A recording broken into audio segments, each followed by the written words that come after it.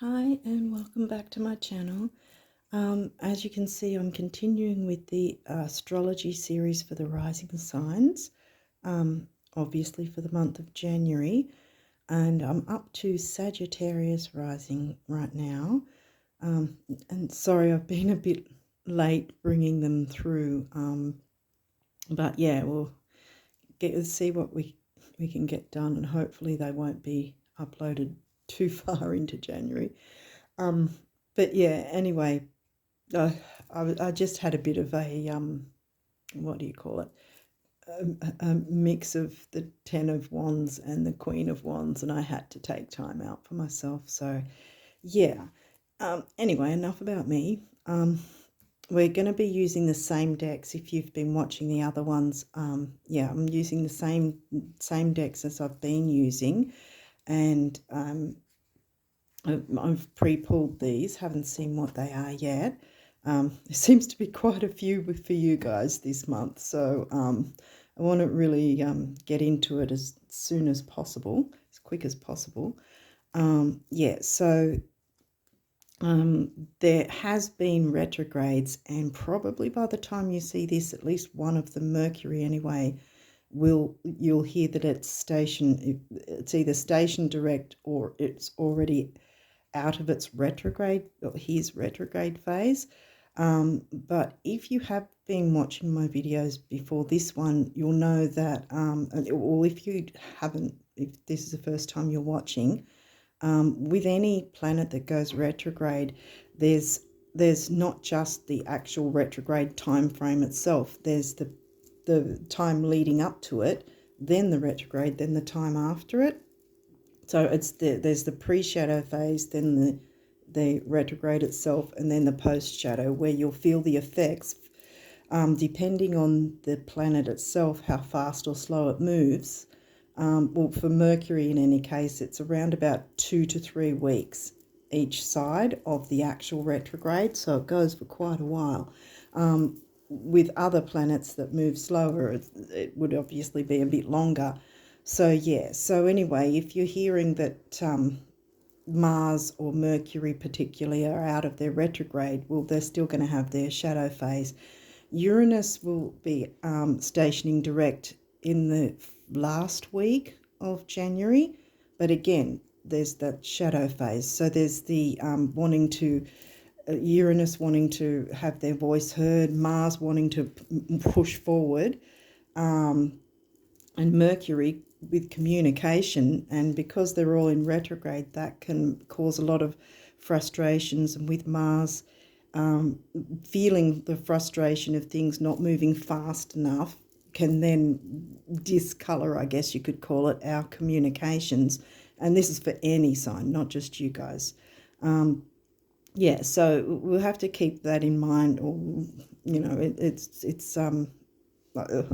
I feel that we need to keep that in mind, even though everyone's sort of skipping about going, oh yes, the retrogrades are over.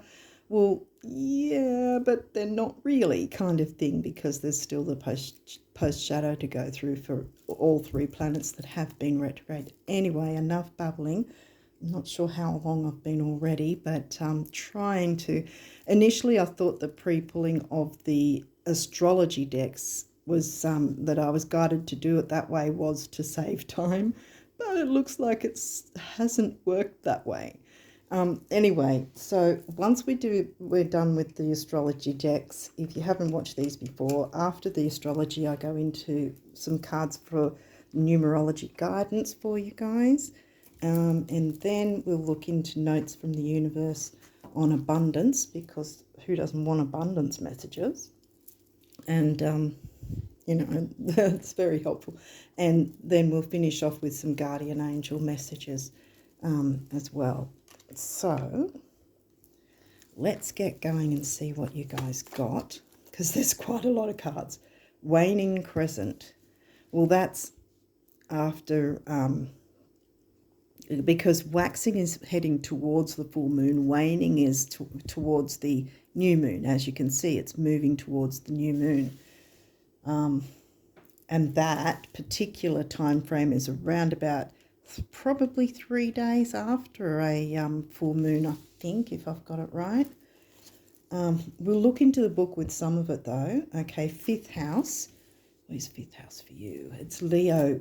I say energy. I call it energy, but it's themes. It's Leo themes of like children, creativity, romance. What else is Leo about? Well, really the Leo putting yourself out there, bringing yourself forward kind of thing. Leo, the star of the show kind of thing. Where is your... That's still a fire sign for you, isn't it? I think Aries is in your 5th. Okay, we'll keep going because otherwise I'll slow up. 1st house, okay. So we've also got your rising sign, Sag, Pisces. Okay, Pisces must be in your 4th house in Cancerian energy, home, family. Okay, we've got our first asteroid here, Psyche. As I said, I'll look into the book with some of it. Some of it's self-explanatory, like the houses. Eris. Oh, Eris.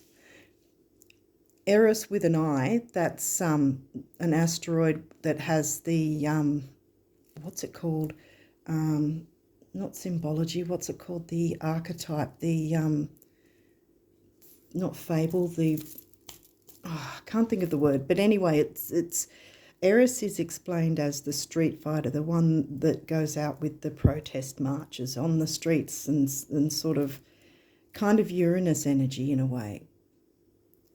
Whereas Eros with an O is about, like, if you think of it this way, Eros is sort of really about sexual erotica, Eros, erotica kind of thing. But you've got Eris, so... Here we go. Cancer. Well, where did we find Cancer? That was in... that was the energy of the 4th house, Pisces. But Cancer is not in your 4th house. Where's Cancer? Is that the 8th, maybe? Oh, we've got Pallas Athena. We've got a few asteroids coming out for you guys. I think you guys have got the most of these cards so far. Full moon. Okay, so we did already have a full moon, so there might be some tendrils from the last full moon. 6th house. 5th was Aries, so 6th would be Taurus, which is still Earth because the 6th house is Virgo themes, health, duty, service. And that is Taurus, which is about, Taurus can also be about the physical body too, as well as Venus-ruled luxury and money and self-worth. Oh, we've got 10th house. So you've got a few houses being fired up this month. Now, before I go on to the other cards, we'll take a quick look into some of the areas. Now, I think the new moon's around the 21st, 22nd. So perhaps even though the full moon won't be in January, you might want to sort of take a note of the coming full moon that'll be early February. Because, yeah, it'll be early February. Okay. Take note of that and see if you might be able to work with that as well. It might be to do with leading up to the full moon, which is a different energy to when it's after the full moon too, because the full moon is about releasing and letting go. But prior to that, leading up to that, you can still have the energy of the new moon coming through. Oh, I don't know if that's making sense to anyone. But anyway, let's go, because we've still got quite a few cards to get through with you guys. Quite a few came through now. We've got waning crescent, so that should be around about... Well, that's waning gibbous. Here we go. No, that's waxing crescent. The wrong one. There we go. Waning crescent moon. I can't see a thing through the phone, so I'm going to have to read it out over here. And that's the first one we're looking at. The waning crescent or balsamic moon is the final step in the cycle, leading up to the new moon. The final step in the cycle. It is a time for rest and recuperation. Nothing more can be done in this moment. You just need to wait it out. It is important to understand that sometimes no matter what steps we take or preparations we make, we cannot change fate. What we can do is accept that life comes with curveballs and try to go with the flow. Well, that shouldn't be too difficult since you're Sag rising. Now we'll go straight up into the asteroids because you've got a few of those that have come through. I thought Psyche was, see, Eros with an O. You don't need to, you got Aries. So I think Eris is actually right behind, Okay, so, and they're right next to each other too. Okay, so let's have a little read of Psyche. That's over there, that one. Psyche points to other people's expectations of us. Who we are and how we should behave is suddenly a topic of conversation. The empathic side of you might be internalizing this, but like the adage says, other people's opinion of you is none of your business. Don't let yourself get bogged down with other people's. The thing is, other people's opinions are based on their own life experience, not your life experience. So, as a Sag, it's probably not going to be difficult, but it depends. Maybe you have a water sun sign, because there's 2 water signs here, Pisces and Cancer. That might not be for everyone, but I mean, the thing is with water signs, because I actually have Pisces rising, so with water signs, we can sort of internalize things and, get a bit emotional in that sense. Not like, how do I put it? Internalize, so people don't always know what's going on with us kind of thing. They can't always read what we're feeling inside. Sorry I'm on a tangent, but anyway, not everyone's going to have a sun sign or a moon that's in water. But anyway, your intuition is very heightened right now. It's as though you can feel the emotions of everyone around you. You have the gift of sensitivity, and this allows you to turn even the worst feelings into beauty and positivity. Lead by example and show that kindness goes further than spite. Every time I come across this part, kindness further than spite, it reminds me of the fact that yes, we've still got the Mars retro energies going on, and for any sign, no matter what element, whatever sign we are, that we have, we're still going to have heightened emotions, because the Mars retrograde Mars is fire and your rising sign is fire too. So it's almost like someone's dumped a bucket of water on your fire sign kind of thing. In a way, it could feel like that.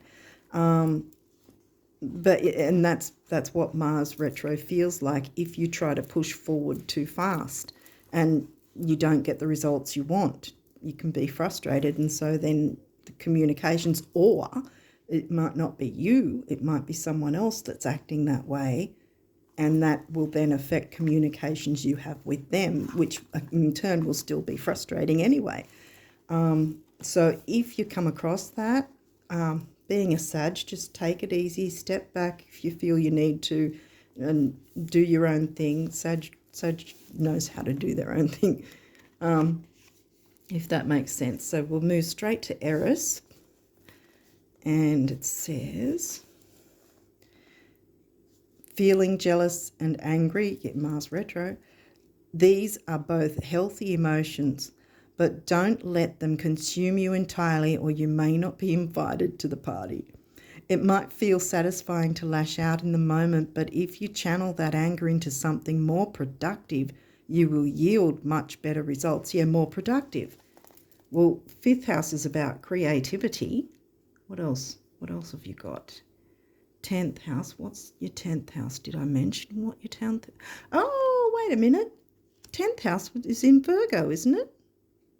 Yeah, I think 10th house will be in Virgo. This is, what is it? Taurus. But so we've got some earth. We've got earth, we've got water, we've got everything. You've got, really, you've got a balance then. You've got water, earth, fire. Oh, wait, do you have any air? Wait a second. First house is an air, fifth is an air.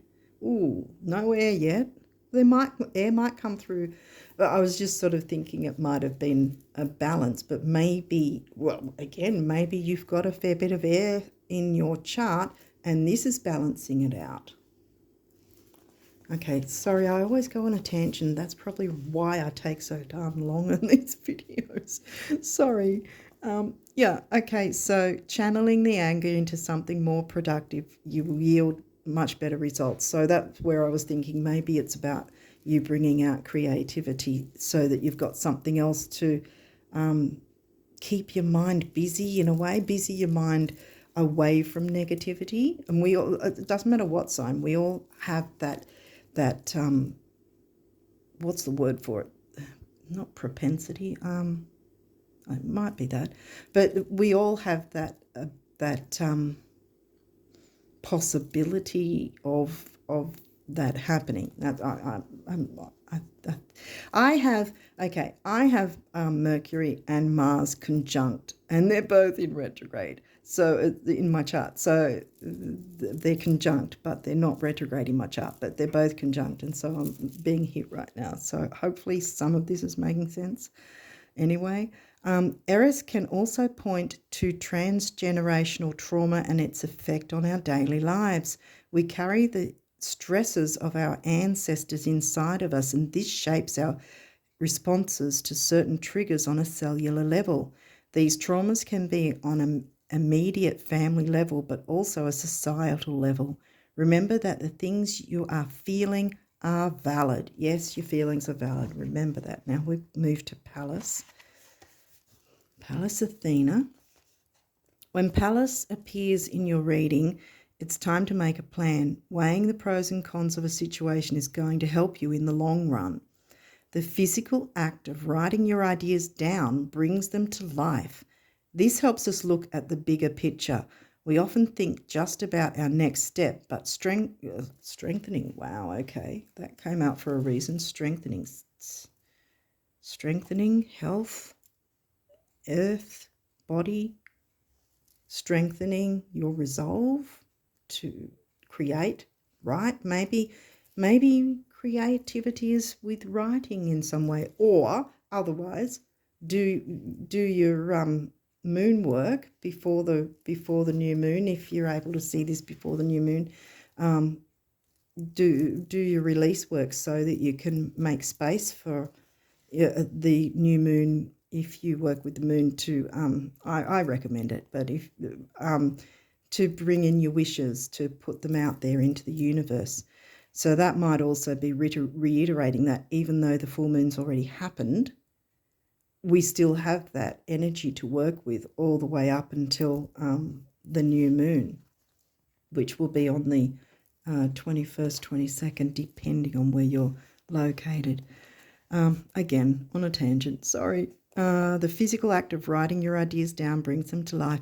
This helps us look at the bigger picture. Well, Sag is all about the bigger picture and the, broadening your horizons and so forth. So this is nothing new for you. This helps us look at the bigger picture. We often think just about our next step, but strategizing further down the line will help ensure our victory. Strategizing, well, we've got 10th house, which is Capricorn-themed energy, and 6th house themed Virgo. And isn't Virgo in your 10th? Yeah. So you've got, see, that's right up near your MC too, which is either it's on or around the 9th or 10th house. So you've got duty and service in your career sector. So you've got 10th house Virgo, both signs that do like to organise things. Okay, that's interesting. Oh, cool. Sorry. You might not think it's cool. I don't know. I probably do because I've got a lot of Virgo in my chart. Anyway, become a defender of your community. Palace is not a me energy. It is a we energy. Just like we have to look at the bigger picture of a personal situation, we are also part of the bigger picture in society. Your friends and neighbours may have ideas that can be utilised to benefit everybody. Well, friends and neighbours is third house, which hasn't come through, which is also Gemini themes. Yeah, I think I've covered everything else. It's sort of everything else is pretty much standard because this guy is about releasing. So we'll keep going, and hopefully I won't be 5 hours with this. I'm sorry if I'm long. Yeah, first house. Well, we got that again. So yes, okay. What people see and the impression you give. Right.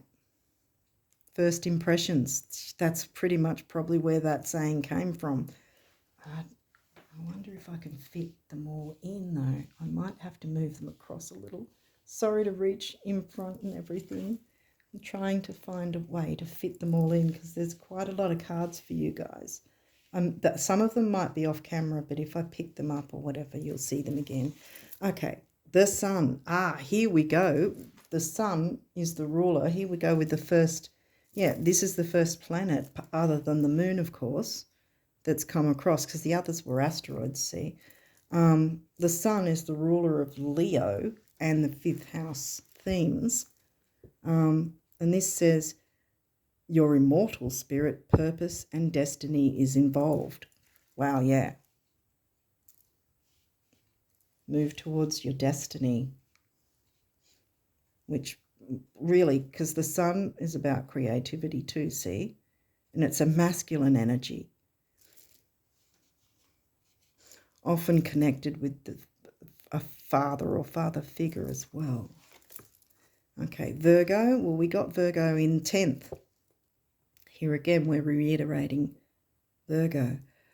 The energy around you is dutiful, hesitant, and humble, with a discriminating, diligent, and painstaking air. That's definitely Virgo. Believe me, I know. Pisces. Pisces came through. Yep, Pisces is 4th house, isn't it? I think so. For you. Okay. This energy is wistful, endlessly loving, compassionate, and forgiving. It confuses and softens resolve. Okay, and then we got Taurus. Taurus came through, didn't it? Taurus. I mentioned Taurus. Why did I mention Taurus? Is Taurus in your 6th? Yes, I think Taurus is in your 6th. Trying to sort of keep track of everything. Sorry, I'm sort of thinking out loud. That's probably half the time I'm wasting thinking out loud. Sorry, guys. The energy around you shows the abundance of nature. It is rich, earthy, and productive, yet relaxed and slow. So there's the sort of a take it easy sort of thing we've got going here. I might have to pull these up, otherwise they're all going to be off camera and you're not going to see a thing. And then I'm going to be talking and you're not going to know what I'm talking about. That's if you already do anyway. Hopefully I am making sense. I really hope I am. But anyway, we'll keep going until we get to the 8th house. Did we get Scorpio anywhere before? Scorpio, where's Scorpio for you? That's 12th house. That's Pisces energy. I say energy, I always say Pisces themes. So a lot of water's coming through, water and earth mainly, but there's also the creativity side of the first house. Okay, you're first house, Sag rising. You've got to put your best foot forward, I think, is what's going on here, it seems. So your sign, your rising sign, need I say more? Semi-sextile, that's an aspect. Allowing, maybe you need to allow yourself to be creative. Second house, Taurus themes, but it's not in Taurus, it's in what? Capricorn, yeah. Which is Saturn 10th house themes. Again, second house is money and self-worth. Yeah, I think I've got some of these off camera. Sorry, guys. But hopefully, trine. Look, you're getting some really good aspects here. A trine and a sextile. Well, it's semi-sextile, but it's still good energy. Easy flow. And we got Taurus again. Okay, so 6th house is getting hit.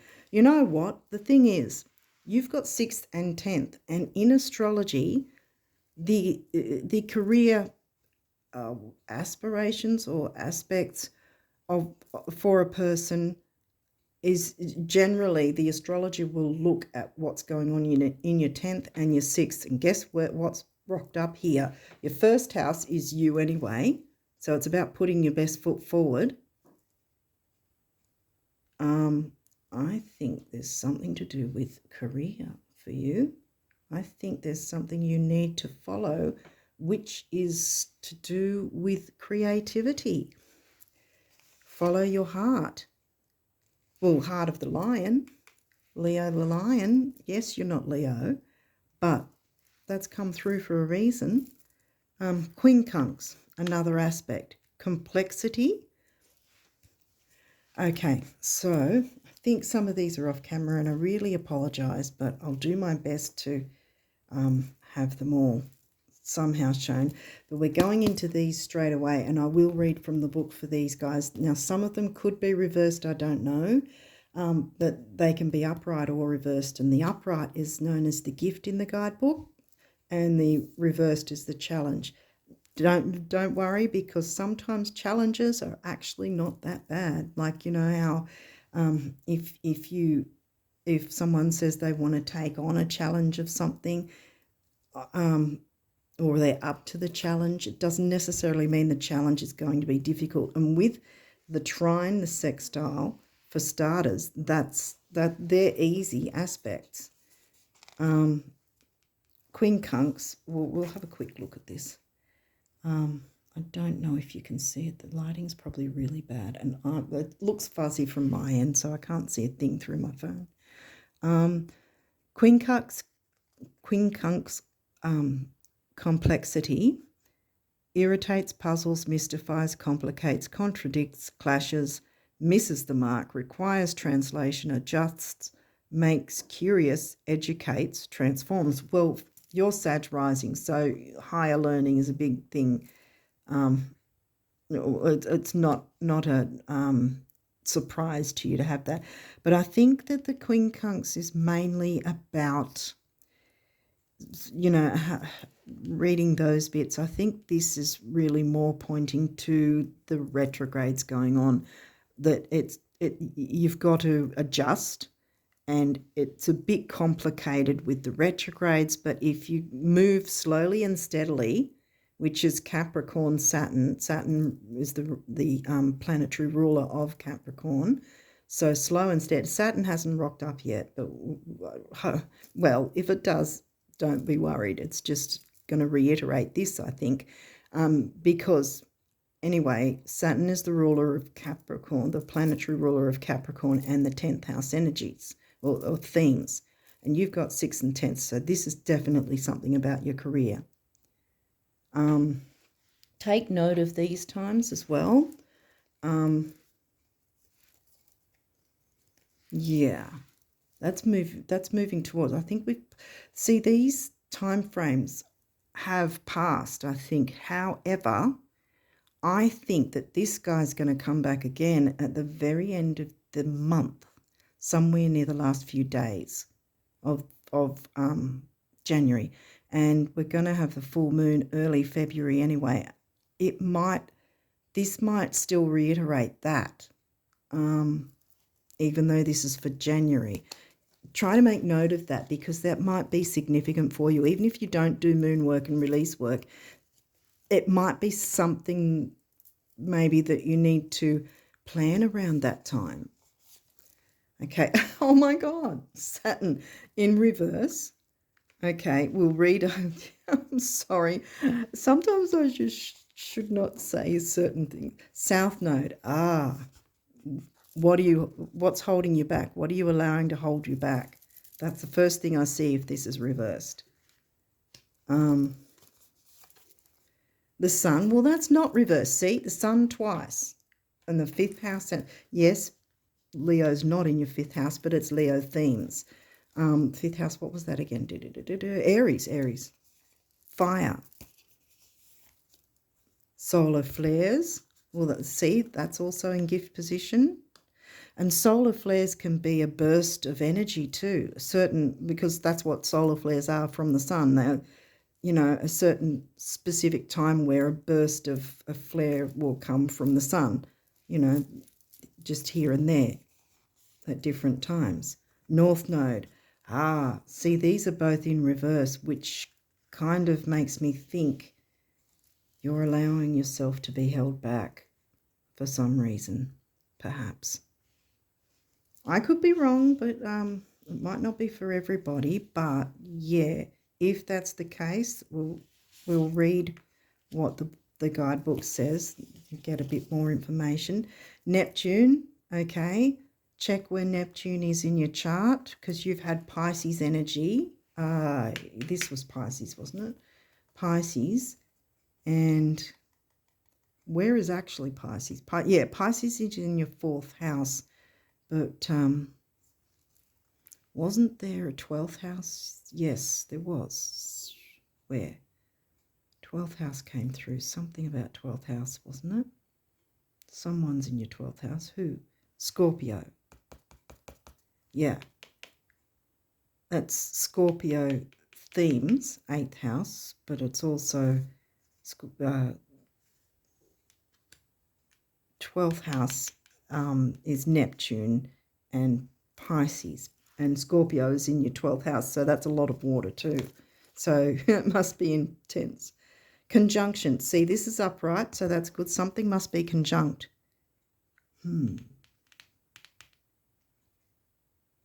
Something. Maybe your sun's conjunct one of these planets. I don't think these two are conjunct. But yeah, I think maybe your sun or maybe your rising sign might be conjunct one of these planets. Okay, we'll get into the book now. I get on a tangent. That's probably what takes half the time is my tangents. I'm really sorry, but there it is. I can only be me. It's the same here. You can only be you and not worry about what other people think. See, don't be so worried like that, It's time that you put yourself out there, I think. Okay, so we've got 24. Saturn. Now, as you can see, it's in the reverse position, so that's it upright. You've got it in reverse, which is the challenge, and it says, be careful not to cling to old conceptions of success. This is about career. Or hold on to a brittle system that restricts potential and leaves people discouraged, which may be you that's discouraged. And see, that's another thing that both Capricorns and Virgos can be things have to be this way and that's it kind of thing. Depending on what other signs they have or where their planets are placed. But yeah, in general, that's kind of, it's kind of in a way tunnel vision, but that's not always a negative thing.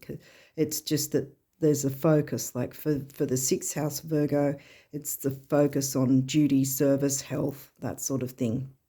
And with 10th house, it's mainly about career and advancement and, how you can advance and I guess finances to a degree, but it's not really the money house because the 2 money houses are 2nd and 8th. What's in your 8th house again? Oh, that's your Cancer. home and family sign is in the 8th house of money. So there's themes with home and family and the money of shared income. See, this money house, 8th house, is about shared income, whether it's bank accounts or whether it's government payments or whether it's some company or a business partnership, that there's some sort of financial connection with someone else. Like you're not autonomous in the 8th house. In the 2nd house, you pretty much are. That's the better money house, money and self-worth and valuing yourself as well.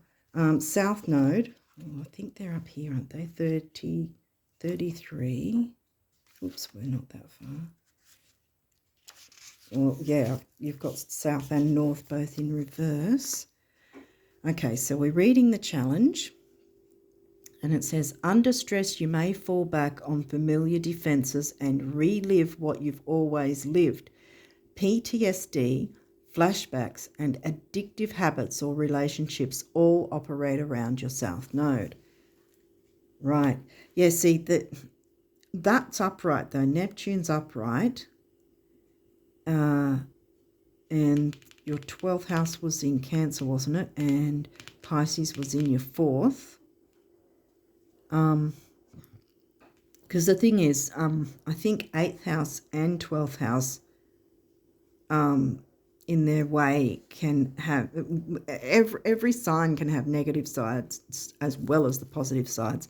And the negative for Pisces, Neptune, 12th house can be addictions as well. And that can be a range of different types of addictions. Yeah, and obsessions, because 8th house can be obsessive as well. 8th house Scorpio, you know, the intense energy of that sign. Yeah, so I think I'll go straight to North Node. No, I won't. I'll go in consecutive order. I've got a lot of Virgo. That's upright and it's 18. Oh. Keep heading to the next. Oh, they're in tangent. 17, 18, 34, 33, 24, 20. Okay, that's not. Okay, so this is the Sun, and you've got the gift position, so that's a good sign. Don't be worrying that it sounds negative. It's not necessarily at all. The gift is, this sunlit moment is an opportunity to let your ego step out of the way, let the sun's light flow through you, and let spirit do the work. Excuse me. Shine wholeheartedly and share the warmth with friends, family and community. Family and community. Have you got anything Uranus or 11th house? No, I don't think you had Aquarius or 11th house or Uranus. Still, I think community was mentioned before this, but, you know, your family is one form of community anyway. Yeah, I'll keep going. And yeah, I'll start again. Shine wholeheartedly and share the warmth with friends, family, your community, and the world. Make it an offering. Live the truth. I am the center of the universe, and so are you. Yeah, so yeah, having self-worth, but allowing others to have self-worth too, I guess. Not saying you're not allowing it, but yeah. Solar flares. An intention shared is attention amplified anyway, see? Okay, so we've got solar flares, and that's in the gift position. Okay, the sun is sending extra voltage and inspiration your way. Yay! Sun, inspiration, creativity, whether that's writing or any form of creativity. It's got to do with your career, boosting your career, I think, as well. Inspiration your way, so use it wisely. Feel the heat in the situation, the passion in the people involved, then balance that fire, which is quite a lot of fire because your rising sign is fire. Balance that fire by adding water's compassion. Boom, water. Where's water as well around here, Pisces? You got earth to ground you. Yeah, you've got earth to ground the fire and that bit of water to balance it out, but not necessarily put it out, even with Mars retro. Yeah, so I'm so sorry I keep getting on tangents. Where am I? Feel the heat in the situation, the passion in the people involved, then balance that fire by adding water's compassion, the thoughtfulness of air, and the kindness. Oh, where did I see kind? Oh, I just said kind. Okay. The thoughtfulness of air and the logistics of earth. Yeah, lots of earth coming through. To turn that inspiration into reality. Yeah, yes, you can. Sorry if I'm waffling. Hopefully this is making sense. What has come through though? Air. So I didn't explain these very much because trine is flow and semi-sextile is allowing. I think if you had a complete sextile, one of them, I keep forgetting which one, but it's either the sextile or the trine, is such an easy flow that that part of your chart can be where you get a bit lazy, any sign, but I don't pick that up here at all. So we'll keep going. We finished with solar flares, didn't we? Yes, we did. Now, South Node is what we're supposed to be moving away from, and North Node is what we're supposed to be moving towards. And yeah, the first thing I picked up was maybe you're holding yourself back for some reason. Okay, but we'll read North Node. We'll go back up to North Node. Midheaven's come up. Okay, I'm reading Midheaven. I get on these tangents if I open it up to something and I get the call to read it. So because this card didn't come through, I'm going to read Challenge and Gift, and you guys can work out if either one relates for you at all. So Midheaven says, challenge, traditions, other people's expectations. What did we have? Was that Palace? I think it was Palace. Other people's expectations or your family history may be complementary to your idea of your own potential, or they may be hurdles to overcome as you find your true path. This is, to me, you finding your true path. We'll read the gift anyway. Underneath all worldly sense of ambition is a soul's longing to live out its potential. Listen to the call. Boom, yeah. Funny I should read that right before the North Node. 34. Oh, we're further back, aren't we? See how, hopefully you're seeing how it's coming together like I am. I kind of get, I don't know, I get overexcited, I guess. Yeah, anyway, North Node is in challenge. It can be scary to leave familiar territory, leaving the South Node, the familiarity, even if it's not in our best interest to stay in the South Node. It can be scary to think about leaving it. Okay, it can be scary to leave familiar territory. Even people who love you may resist your evolution if it could pull you away from them. Ooh, okay. But you can't be living for someone else either. Because sometimes we can hold ourselves back so that we don't upset others.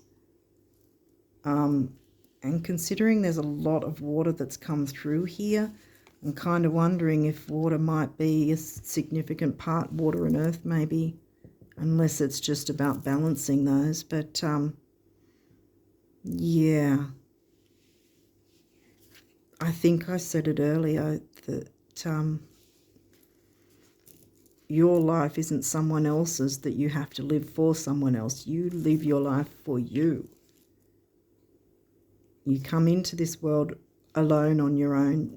We end it. But I don't want to get negative like that. But what I'm trying to get at is we are all responsible for our own lives. And if we're constantly pulling ourselves back or holding ourselves back because we fear that others might not accept what way we want to go, the times have been really amping up and changing the last few years.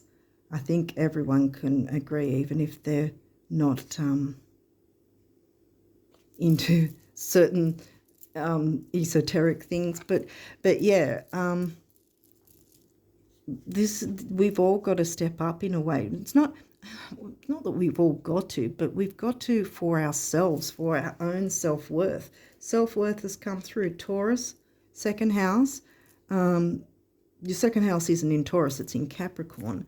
However, Taurus is, where is Taurus again? Six, yes, yeah. Yes. Right. Okay. Yeah, because both Earth, that's right, Taurus and Virgo. So, your whatever creativity that you've locked away, I'm getting the feeling you have. If you have, because of how you think someone else might feel or think about it, see, bringing that out is going to help your self-worth and in turn probably your health as well, because we've got Virgo and Taurus as well as the Capricorn. Virgo really twice, because Virgo's there and the Virgo themes are in the sixth house. So this is, money, self-worth, career, creativity. I think we've got the point now. This is your focus, I think, for the rest of this month. So we'll read, did we read North Node already? We read yeah, we did. Okay, sorry. Okay, 26. Neptune. Now that's upright, so at least that's a good thing. So if it was in reverse, it might have been a bit difficult in terms of, like I said, the negative side of Neptune, Pisces, 12th house energy. I say energy, but it's themes, the themes of those. Okay, we're in the gift of Neptune, so that's great for you guys. Allow yourself to float, to swim in that great ocean of the collective consciousness. Soak up the presence of divine soul. There is no separation between you and all sentient beings, between you and the realms of gods and spirits. See, yes, because the positive side of that is spirituality. And I think that by tapping into your creativity, because spirituality doesn't necessarily have to be about religion, see? Spirituality has so many, you can find spirituality, going rock climbing. You can find spirituality baking a cake or doing gardening or going for a bushwalk or dancing, I guess, or painting. See, the creativity, when you're in the flow, like Neptune, flowing. I think we came across this up earlier, going with the flow, which I said because you're Sag rising, you kind of already know how to do that. So this is your focus. Let it flow. Let your creativity flow, which will help you get self-worth and, heal the money house perhaps as well, because it's money and self-worth, values, including yourself. I just summarize it as money and self-worth because that's pretty much it. And the earth there is going to ground your creativity into some form of career for you, I think. So you can start to work on that for this month, I think. Okay, so we've got conjunction, and that's in the gift position. Okay, got it? Yep. gift. Allow yourself to float, to swim. Wait, I've got Neptune. Oh my gosh, I'm so sorry. Please forgive me. Like I said, I've got conjunct Mercury and Mars, and they're both in retro, and it's sort of throwing me for a loop this month. It's like nuts. I can't wait for the retros to end so I can just zoom forward again. Yeah. Okay, so anyway, so I'm talking too much about myself. Yeah, anyway, this is conjunction, which just simply means in a section of the chart, every section has 12 houses, which represents 12 different signs. And in one section, if you've got 2 or more planets, it's called a conjunction. If you've got 3 or more planets, it's called a stellium, and that will also be a more condensed how the planets will act, whether they're in a water sign or an earth sign. That might be a thing too. You could have a stellium in either water sign or earth, maybe. Anyway, so we're going conjunction. Sorry, I keep going on tangents. Anyway, this is very quick, this one. Gift. A conjunction can become greater than the sum of the parts. Okay. Greater than the sum of its parts. See, because every part, like the birds, are working together. And we mentioned community, and this probably with the birds, because remember how I was saying I thought it was balanced, but then I didn't see any air. Here's your air. And look, they're all working together, greater than the sum of their parts. So one isn't just somewhere else. They're all working together to do their formations in the different areas. And perhaps that's also maybe people that you feel are like family. Not necessarily has to be your actual family, but people that feel like your family, community that feels like your family. Maybe working with them to bring through some creativity is going to give you self-worth. And because we're looking at careers straight up, bang, 6th and 10th, right next to each other. And look, Taurus is right underneath that. And this is reiterating it again. So we've got all that energy there, and Virgo's reiterated that as well. So I think that focusing in that way, if you're able to work with others and not worry about what other people think that don't, because not everyone's going to always like what we do, but we have to dance to our own tune, I don't know. Hopefully I'm making sense. But yeah, I'll get on with the numerology guidance cards and hope that the video stays on, because they have cut back. If it cuts out, I'll try to put what I can into. I think this one wants to come through. Intuition. Use your intuition. And there we've got orange. Okay, is there any other numerology cards? For the Sagittarius risers.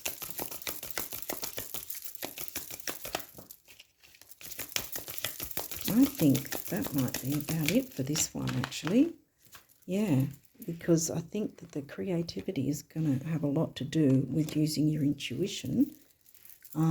Yeah. So we'll go straight into the notes from the universe on abundance and see what abundance messages we can get for you guys. What does Spirit want you to know for January? Sagittarius rises. January. Oops. What abundance? Oh, not that many.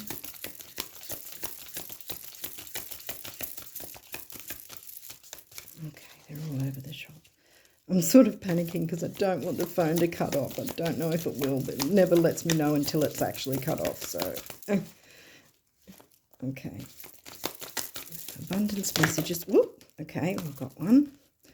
And what a surprise.